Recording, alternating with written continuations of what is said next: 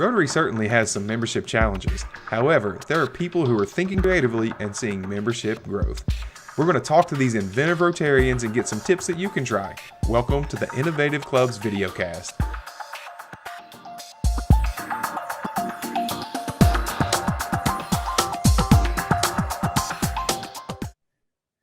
Hey folks, good to see you again on the Innovative Clubs videocast. I'm here today, have the honor today of being here with Tiffany Ervin, the immediate past district governor in District 7670, which is in Western North Carolina.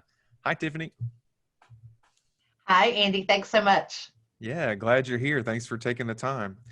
So why don't we kick it right off? I've heard you talk about a passport club. Why don't you tell me a little bit about what a passport club is and why you wanted to start one? Absolutely. So the unique thing about a passport club is it is unlike any other club in a district. This club does not have its own service projects or its own fundraisers or special events, and they typically don't even have programs as part of their meetings. The beauty of that is these folks are available to volunteer with any Rotary Club in our district or beyond. It's almost like a no borders type of club, but it didn't start out as an e-club. Obviously right now, a lot of our clubs are e-clubs, but it didn't start out that way. The intent was to have in-person meetings twice a month for networking and fellowship and social time, but to not create their own service projects, to not create their own fundraisers, but to encourage them to get out and volunteer in their own community with a club that perhaps they had been a member of before, or with a variety of clubs and opportunities. Excellent. That sounds like a really unique way to do Rotary. Sure, it came about because I had talked to so many people while I was district governor that I would say, hey, you used to be a really active member of such and such Rotary Club. Why aren't you a member now? And I was always hearing the same responses. I don't have the time. I don't have the money. The traditional club format really isn't for me. And I would invite them to other clubs and they go, that's really not for me either. So I said, what if I could start a club that was specifically geared toward the things that you're telling me? And I had so many former members say that I would do. So that inspired me to start it. I wish I could take credit for the idea. I heard about it in another part of the country, did a little research, and then kind of tweaked it a little to make it our own. We actually decided we would print a hard copy of a passport and give it to all of the members who joined our club so they could physically take it with them when they went to a service project or when they visited another club. They could get a stamp or a sticker or just someone to sign it. It gave them something physical to show that really represents their Rotary Club. That's cool. That's a really cool idea. And also you made it fun too with the passport piece and having a little fun with it. It's all about fun. That's what I've said from the very beginning. If Rotary could do two things, have fun and do some good in the world, then everything else will fall into place. Good call. I love that. I love that motto. So talk about, kind of your process. What did that look like as you were forming this idea? What did it look like before your first official meeting? So I decided that the easiest way for me to do this, because I was DGE at the time that we started this, was to do it as a satellite of my club because I could then help manage it. I think it would be a little more challenging to start as a brand new club, although it might not, depending on who you attract into the organization. For me, I was really targeting a lot of former members of Rotary to get started because I knew that they had enough Rotary background and knowledge that they could help keep it going even without me being there all the time. And that was really critical because of my time commitment with the other district leadership things going on at the same time. So by recruiting some folks who had previously been in Rotary, they understood the big picture, but they wanted something different. They were the perfect audience for us to create something brand new. So we started meeting twice a month at a gas station bar. And I know that sounds really crazy, but it was a new concept here in Western North Carolina. The guy that owned it had been a previous Rotarian. So when I reached out to him and said, hey, this is what I want to do, he thought it was a fabulous idea. He had just opened these little pubs in his gas stations here, and he thought that would be a great way to get people in there to know that it was there. So we literally met in a gas station for several months. We would pull tables together. We would start with 2, 4, 5, 7, 8 people until it began to grow. And eventually, we were not only bringing in former former members of Rotary, but also some Rotaractors who had been in Rotaract, graduated from college. They were young. They didn't want to go to a legacy club. It just wasn't what would appeal to them. So we attracted them as well. And then the more I talked about it to other people, we started bringing in people who had never been in Rotary before, people that I had asked for years and years, because if you know me, you are going to be invited to Rotary, because if you're a friend of mine or an acquaintance or a business associate of mine, you deserve to be in Rotary. You're going to be asked at some point. And some of these folks just said, we've been asked for years and years, but nothing that you had given us really attracted me. And this was something different. So eventually we outgrew the gas station. We moved to a local restaurant, still meeting twice a month. And it took all in all about 1.5 years to charter as a full club. But we had great leadership from previous members, which I think was really key for us. But again, it was that concept of something new, something different, utilizing people who knew enough about Rotary to help us get it started, and then doing it as a satellite so it could grow slowly, and that would be okay. Awesome. That's really cool. So how you talked a little bit in there about how you recruited people to attend and how they came. Did you got a lot of either previous Rotarians or Rotarians who were, we'll call them on the fence, as far as their membership, and some Rotaractors. Did you recruit anybody who was very new to Rotary, and what did that process look like? Sure. And again, with me, I keep a running list at all times of folks that I would like to invite to Rotary. So some of them I had invited previously to meetings. They had even visited, they had done service projects, but they had never found the right fit. But as far as people who knew absolutely nothing about Rotary, there were some folks that did invite people to this concept when they met them, and they said, oh, well, let me tell you something new about Rotary. And so we did get a few new members in that sense as well. But honestly, we had really good luck working with people who knew a little bit about Rotary, but wanted to Rotary Light, I've heard some people call it. I disagree with that. I don't think there's anything light about it. These guys are full-fledged Rotarians, and they're working really hard. It's just different and unique. And we've been really fortunate that they have loved the concept of volunteering with other clubs and volunteering in their own communities, no matter where they live.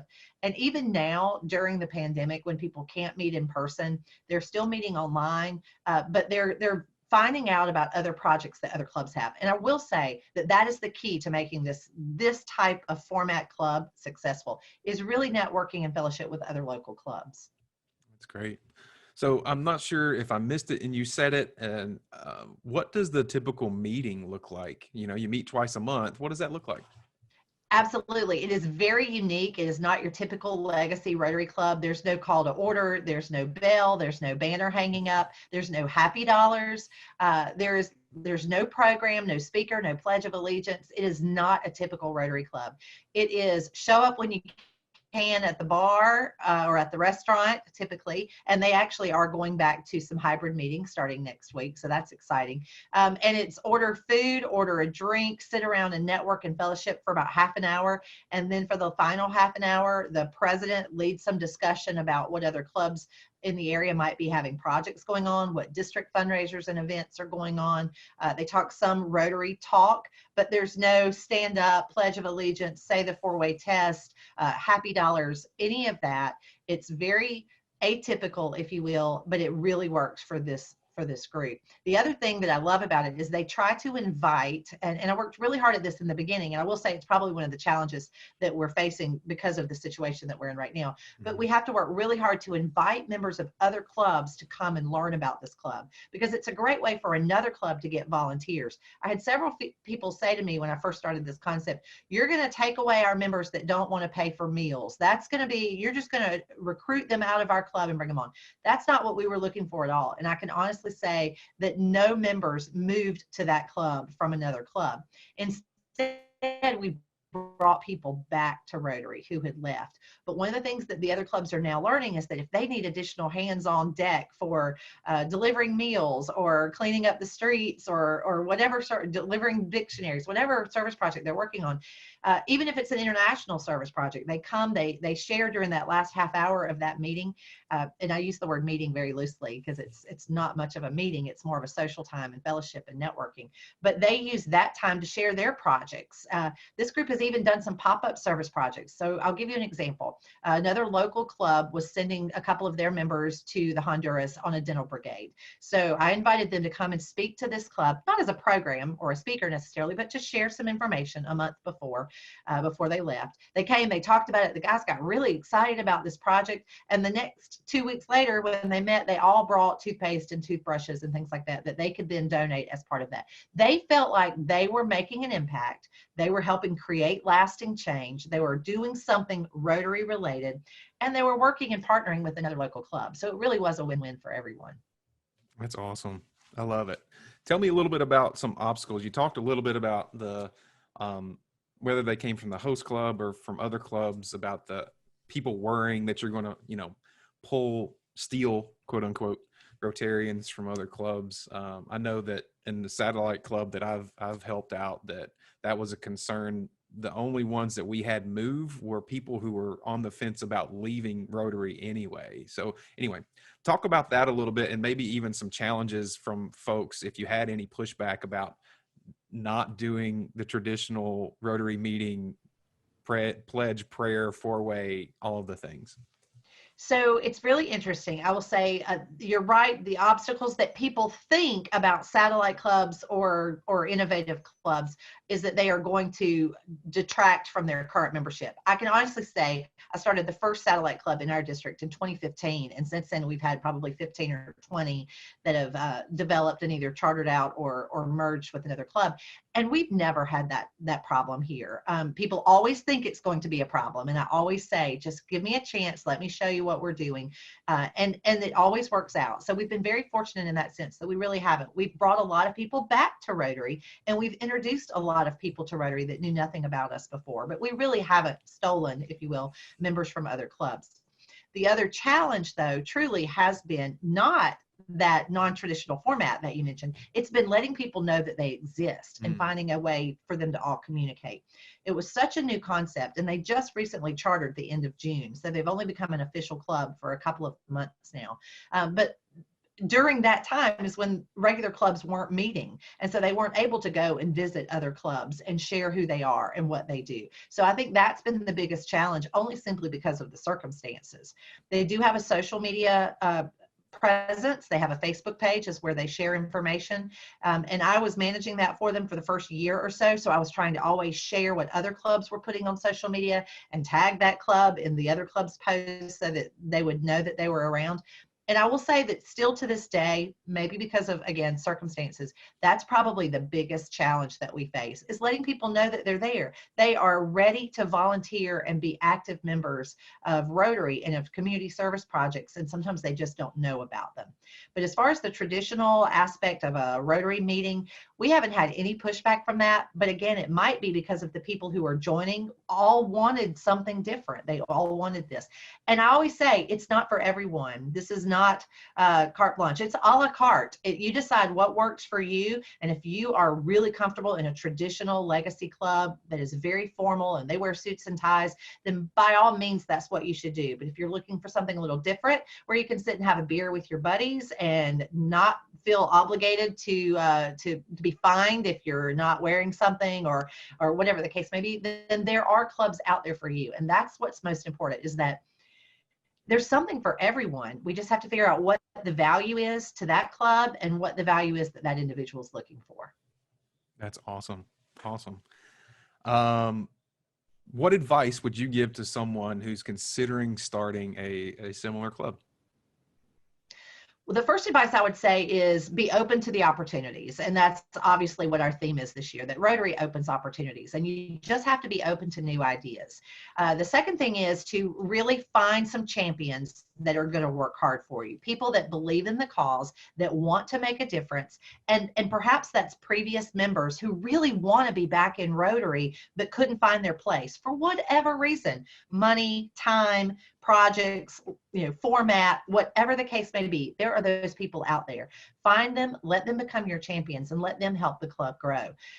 I believe that there's only room for one passport club in a district because it doesn't have boundaries. We even have some members in South Carolina that are a member of our passport club because they're friends of mine and they're always up here volunteering with me anyway. They're coming to all of my events, they're coming to all of my service projects. So that it was only right that they should join a club that had no borders and no boundaries in our district. But I think one of these clubs in a district is plenty because of that reason. So that's how we've approached it in our district. Some other districts might decide to do something different, but we call it our Western North Carolina District 7670 Passport Club. And I think that the possibilities are endless if you're open to the opportunity and you're willing to try something new. And it might not work. It might, and that's okay too. But something will. You just have to find the right match with the right people with the right needs. Awesome. Well, Tiffany, I can't thank you enough. I think that's a perfect way to end it. I want to give you a virtual high five. High five. Woohoo, you got it. All right. Good job Absolutely. on that. We appreciate it. And until next time, folks, we'll see you soon.